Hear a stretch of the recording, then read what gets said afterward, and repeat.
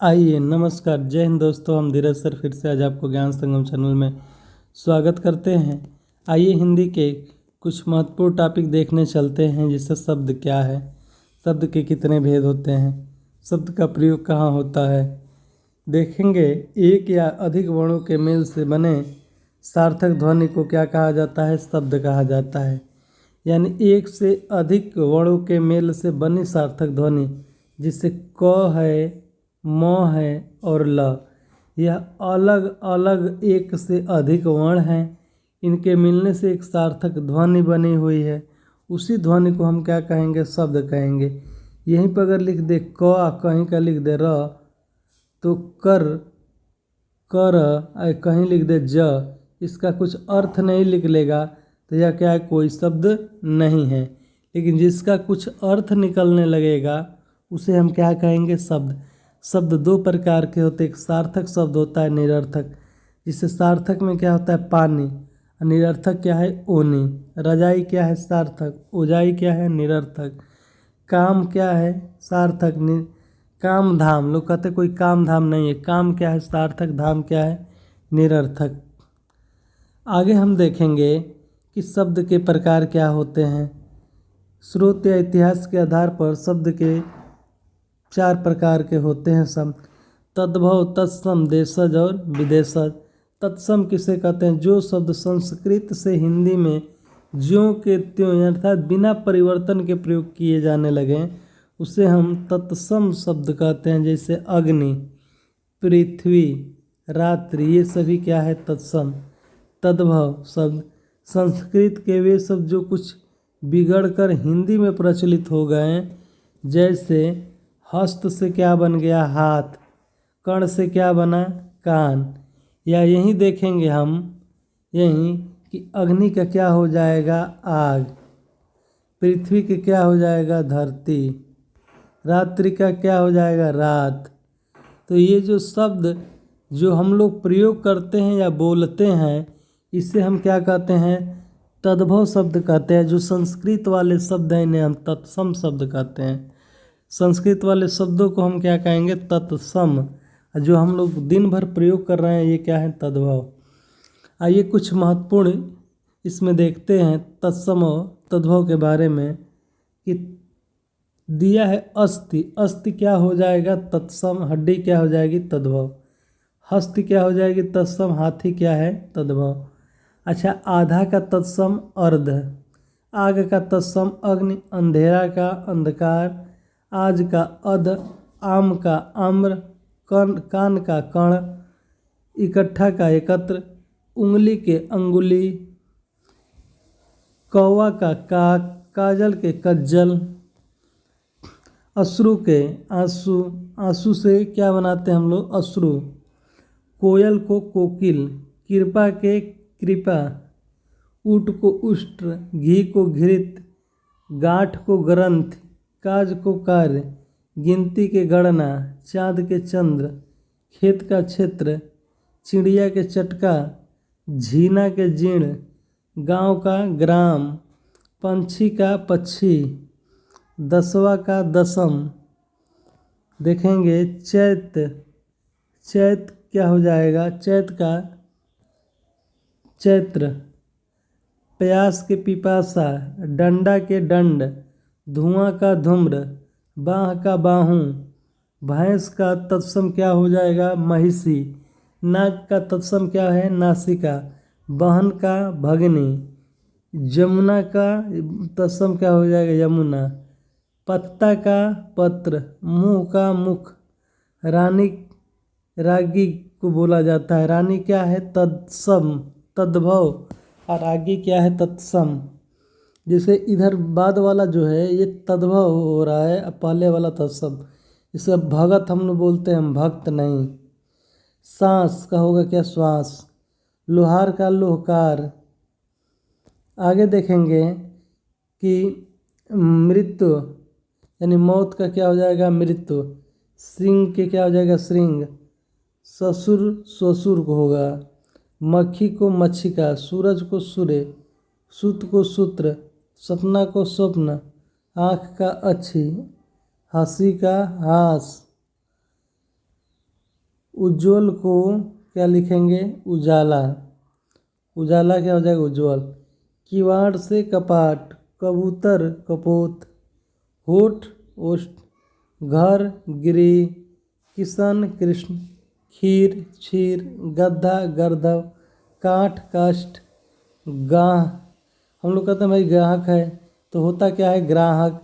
जीभ का जिह्वा, कोठा का कोष्ठ, ज्येष्ठ, ज्येष्ठ नहीं बोलते हम लोग, जेठ बोलते हैं। जेठ का क्या हो जाएगा? तत्सम ज्येष्ठ।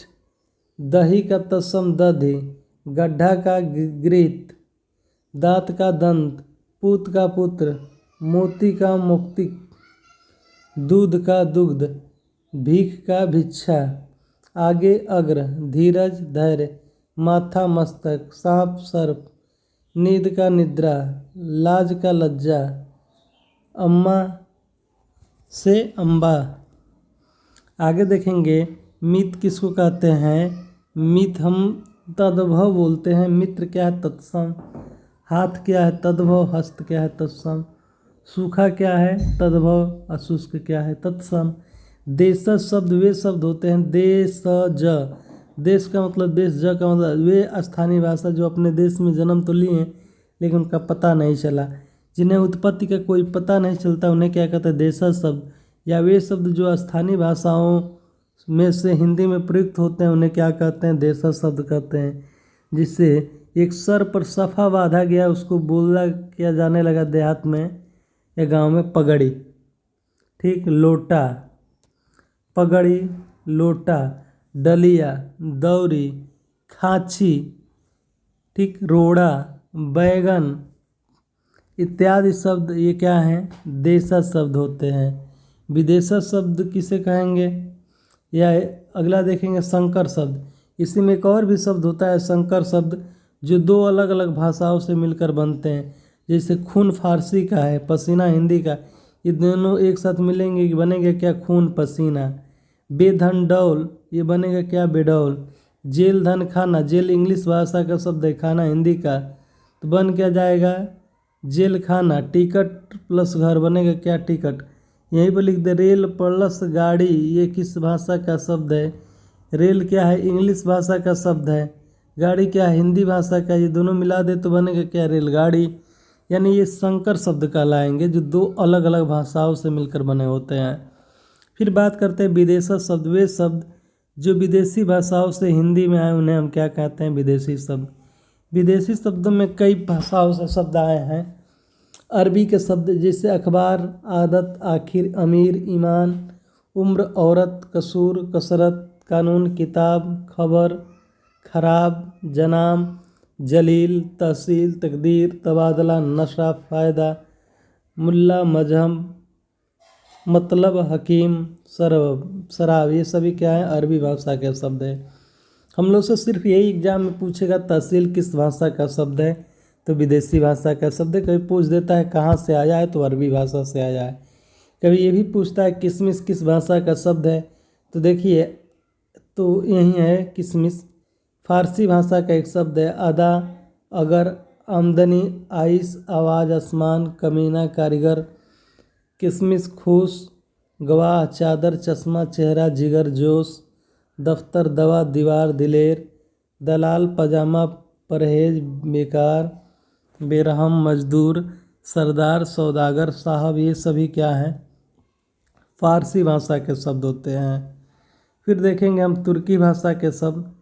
तोप, तमाशा, कैंची, खंजर, चेचक, चम्मच, बेगम, बारूद, बहादुर, मुगल, दरोगा, सराय, बीबी, लाश, ये सभी क्या है? तुर्की भाषा के शब्द। अंग्रेजी भाषा के शब्द क्या हैं? अफसर, अपील, कमेटी, कलेक्टर, गिलास, अस्पताल, गैस, टिकट, कुली, लालटेन, पुलिस, रजिस्टर, ये क्या है? अंग्रेजी भाषा के। रेल, स्टेशन, होटल, ये सभी अंग्रेजी भाषा के शब्द हैं। फ्रेंच भाषा के शब्द क्या क्या हैं? Lamp, mayor, alpine, soup, picnic, कारतूस, कुप्पन, मीनू, अंग्रेज, ये क्या हैं? फ्रेंच भाषा के शब्द। रिक्शा, रिक्शा किस भाषा का शब्द है? जापानी भाषा का शब्द है। आगे देखेंगे चीनी भाषा के शब्द। चाय, चीनी, चाय, चीनी, लीची ये किस भाषा के शब्द है? चीनी भाषा के शब्द हैं।